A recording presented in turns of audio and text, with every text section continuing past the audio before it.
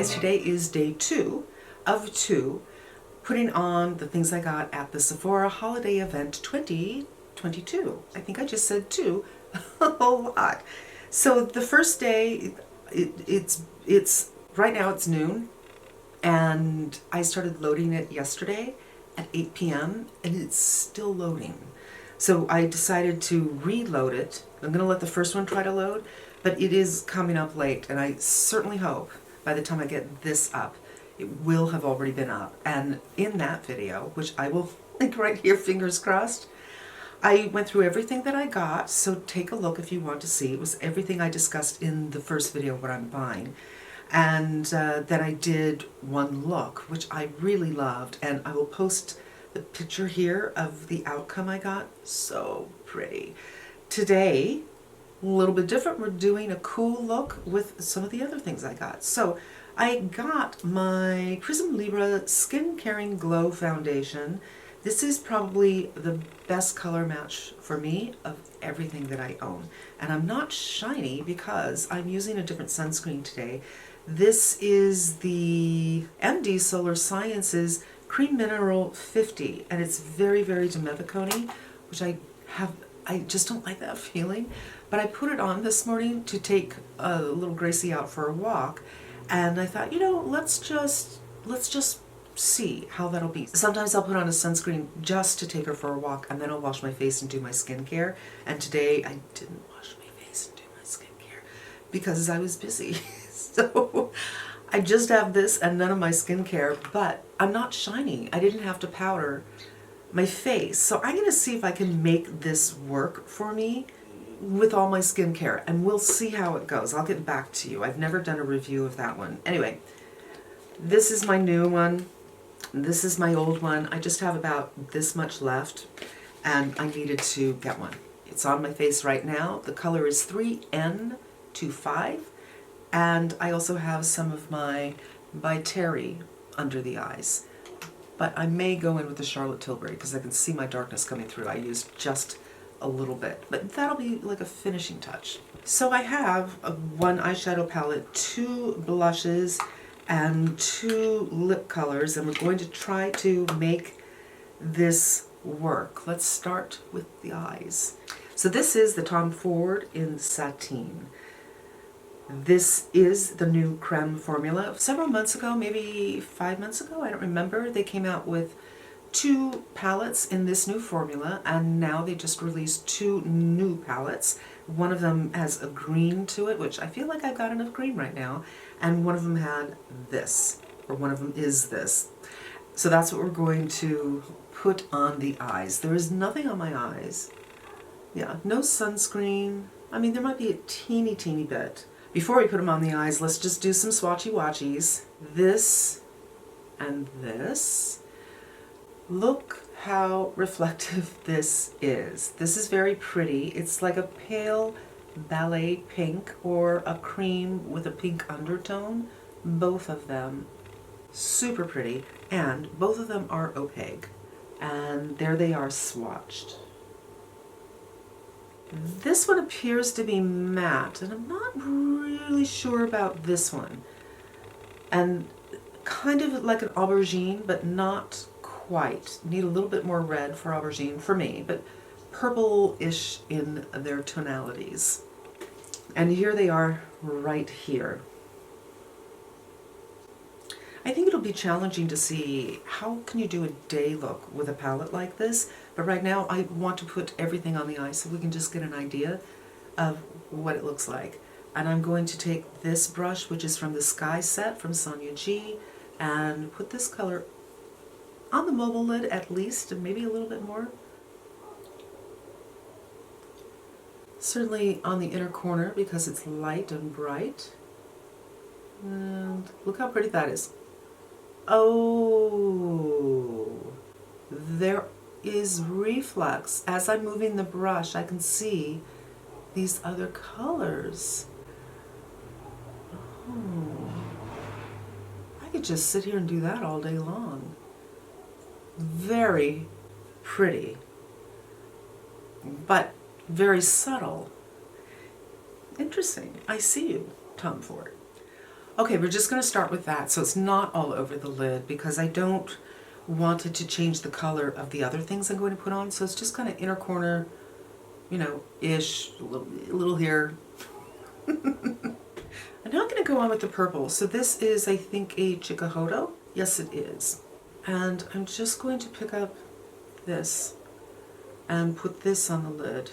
I know a lot of people would use this as the topper, but I don't want to put it over something else because I want to see what this color looks like on its own.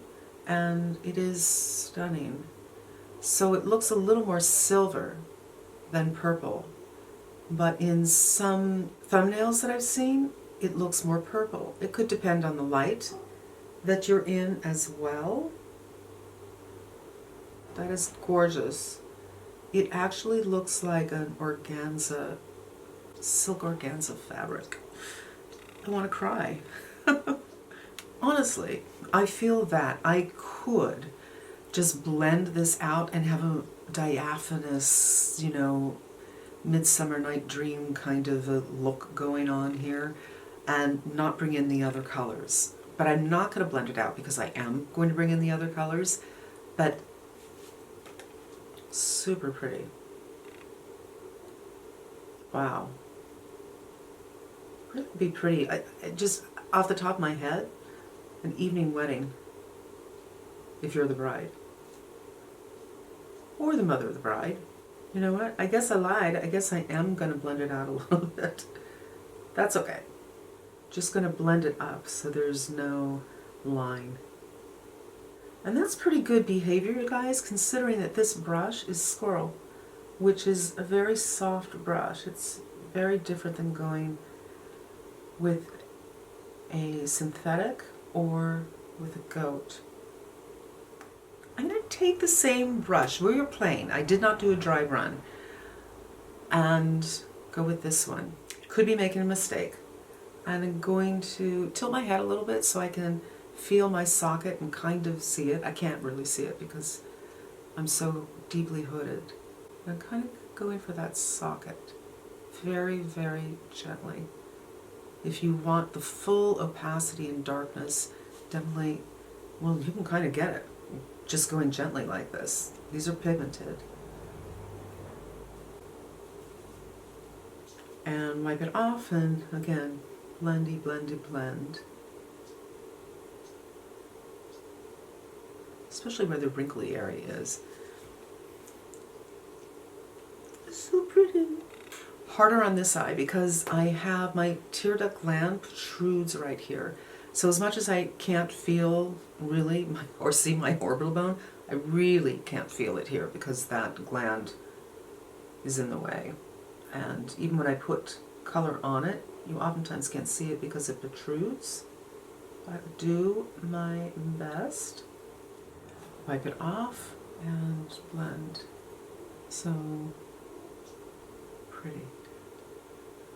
So pretty. You know what I like is that it is behaving how I want it to behave. So I have an intention with my tool. I want to do something. I do everything I can to do it.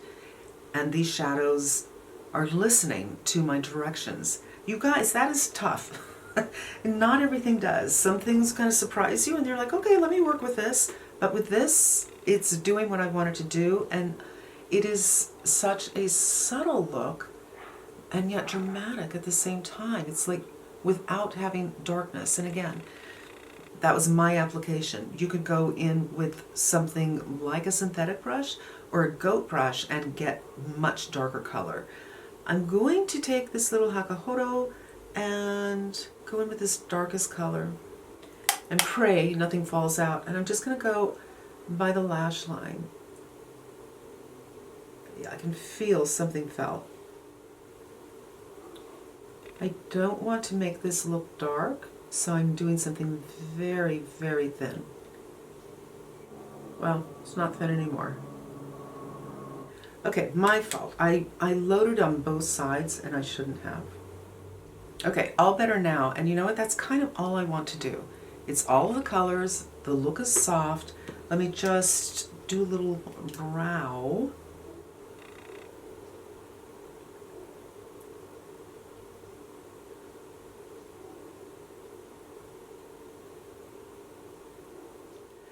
The Cali Ray I used yesterday, and I was so impressed because it didn't look like most tubing mascaras look, so I wasn't sure, is this really a tubing mascara? It is indeed a tubing mascara. However, it doesn't come off like other tubing mascaras that I've tried before. Usually you don't use soap on tubing mascara, you rinse with warm water. It has to be a certain warmth before it'll work, and the tubes just fall off in their tube form. I did not experience this with this product. In fact, I was like, is this gone? It just already went down the sink, and I had to touch my lashes, and indeed it was still there, and I had to pull it off. So it's tubing mascara without the benefit of falling away with warm water, but it gives me a look that is really fluffy and pretty and natural.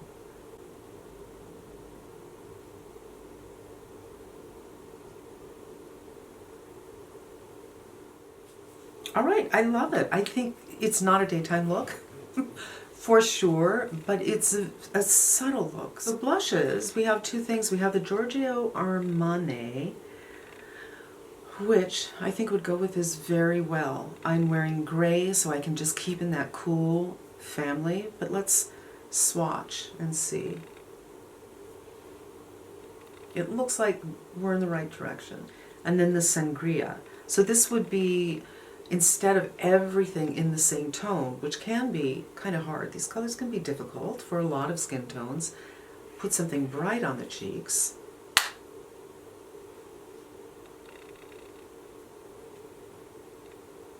I'm thinking it's going to be the Giorgio Armani. So let's pick some up. The Prism Libra isn't full coverage, so I can see some of my pinkness coming through, which will probably be a good thing. And I'm just slightly tapping. You can see my skin's not moving. That's how light I'm tapping.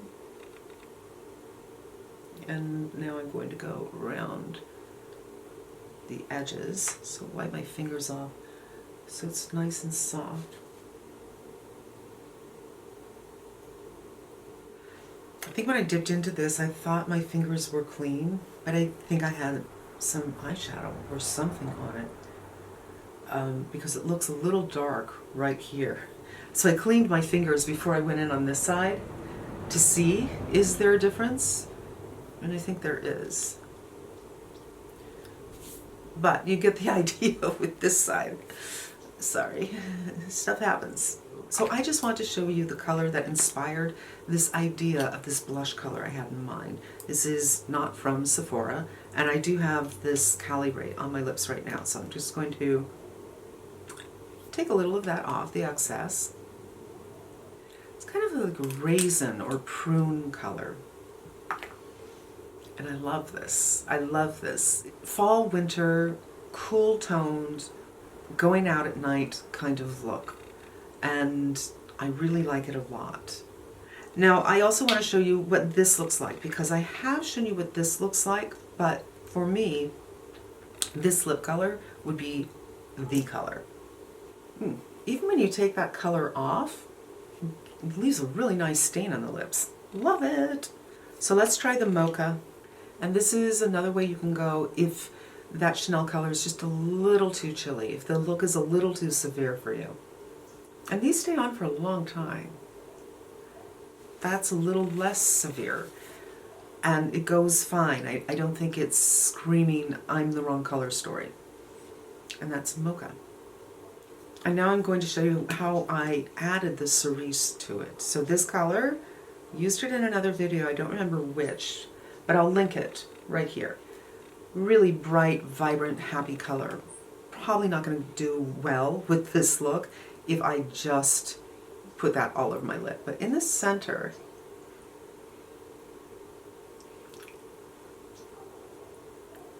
just soften the edges a little bit and transfer up.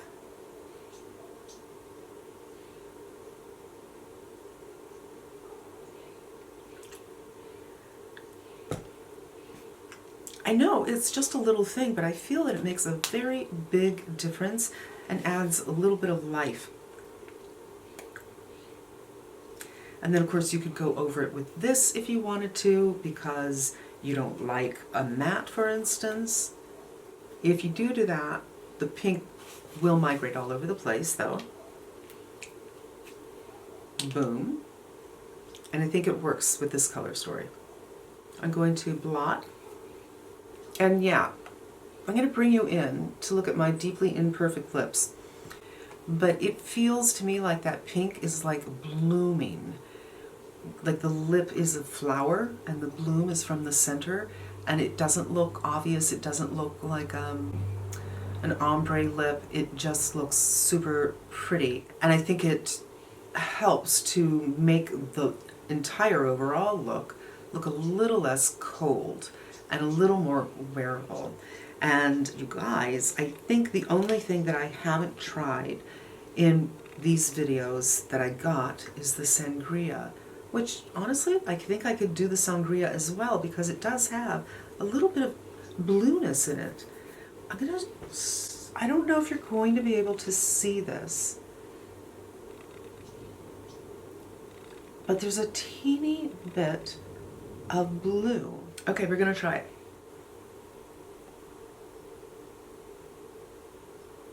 So the look went from kind of severe and cold, and now with the cheek being a little more pink and the lip being a little bit more pink, it's 100% more wearable. Am I wrong? I think I'm right. The light is changing. Excuse me, I have a little hair.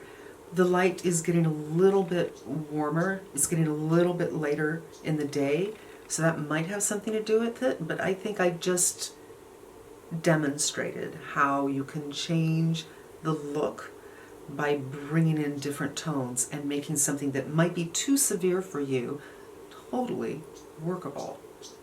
I might even like this better. And that's going to wrap up today's video, you guys. Thank you so much for spending some time with me. I hope it was fun and helpful, and maybe I gave you a couple of ideas. Maybe you were inspired a little bit, or maybe I showed you how some products you are interested in are working, and maybe you'll come back again. I really hope so. Until we meet again, be safe and smart, and I'm wishing you good health. Lucy! Let's go! Let's go! What? Let's go! Let's go!